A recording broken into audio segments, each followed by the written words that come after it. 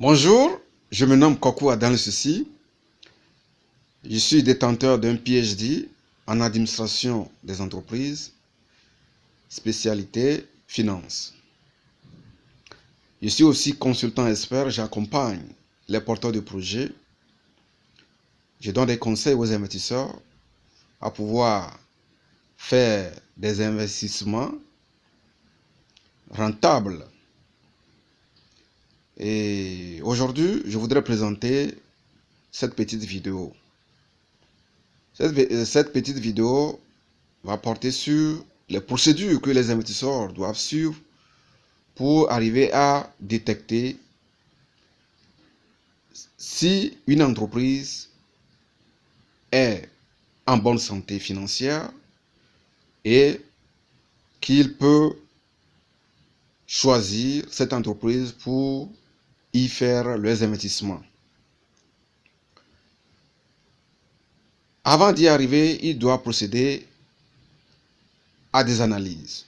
Nous distinguons deux types d'analyse. L'analyse fondamentale et l'analyse technique.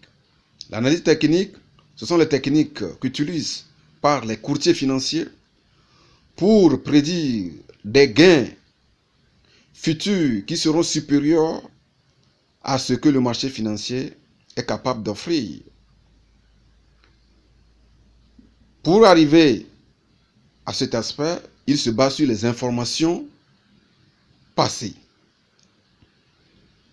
Alors que la théorie financière développée par Fama dit que aucun investisseur, quelle que soit sa taille, sa force, ne peut pas avoir un gain qui est supérieur à ce que le marché est supposé offrir.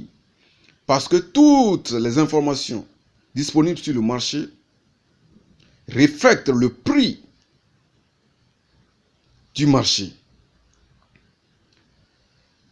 Mais il y a une exception à cette théorie.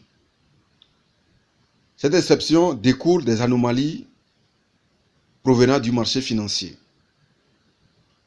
Ces anomalies font que les investisseurs peuvent avoir des gains qui sont supérieurs à ce que le marché peut offrir. Mais nous y reviendrons là-dessus en détail. Nous allons nous concentrer sur l'analyse fondamentale. L'analyse fondamentale est scindée à trois grands types d'analyse. Nous avons l'analyse économique, l'analyse du secteur d'activité et l'analyse de l'entreprise. De là, on va aboutir à la relation entre le risque et le rendement, ce qui va permettre à l'investisseur de déterminer la valeur réelle de l'entreprise. Concernant l'analyse économique, je voudrais toucher du doigt les éléments sur lesquels l'investisseur doit se baser. Ces éléments sont les suivants. Il doit se baser sur l'évolution économique. En anglais, on parle de economic trend. Il doit se baser sur les politiques financières et monétaires du pays. Il doit se baser aussi sur la croissance du PIB. La croissance du PIB. Il doit aussi avoir en tête les événements internationaux qui sont passés, parce que tous ces événements peuvent influencer l'investissement dans un pays. Quelle est la situation sociale dans le pays?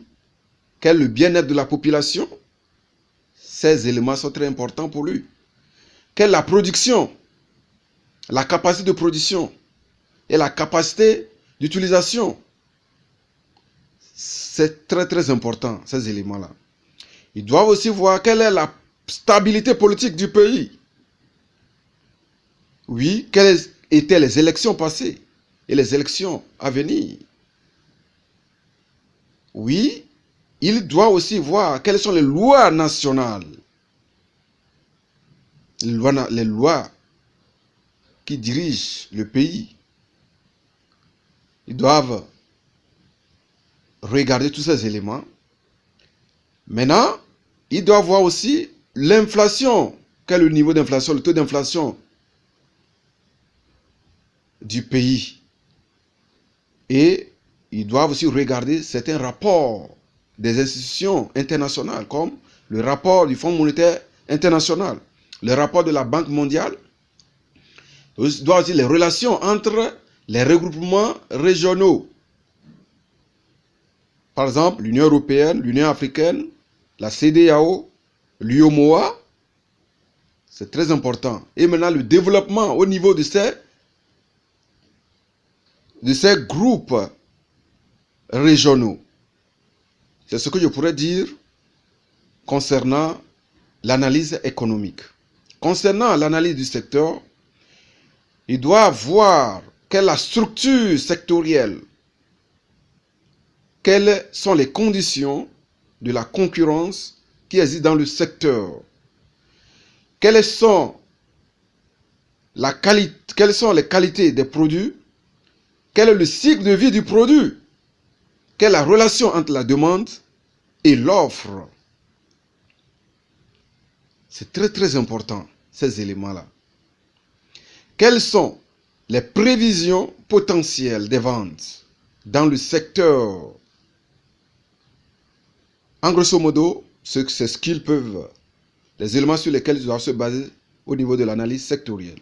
Maintenant, concernant l'analyse de l'entreprise, il doit analyser le bilan et le compte du résultat de l'entreprise.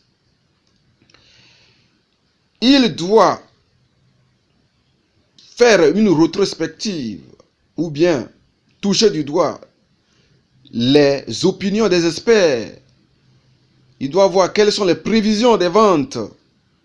Il doit voir quel est le taux d'actualisation. Il doit voir ou bien il doit analyser les cash flows futurs de cette entreprise. Il doit aussi se baser sur l'historique de l'entreprise, les informations concernant l'entreprise, depuis sa création jusqu'à ce moment. Ces informations sont très capitales pour l'investisseur. Quels sont les risques qui gangrènent cette entreprise? Quelles sont les forces et les faiblesses? Quelles sont les opportunités? Quelles sont les stratégies de risque, les menaces de cette entreprise-là? Quelles sont les performances? Quand il fait toutes ces choses, cela lui permettra de mettre en exergue la relation entre le risque et le rendement, ce qui va l'aider à déterminer la valeur de l'entreprise. Une fois la valeur déterminée, cela donnera maintenant la latitude à cet investisseur à prendre la décision d'investir ou bien de laisser. Donc, en détail, tous les éléments que j'avais mentionnés sur le plan économique, sectoriel et au niveau de l'entreprise, nous allons les définir et les détailler dans notre deuxième vidéo. Donc, merci beaucoup, au revoir et à bientôt.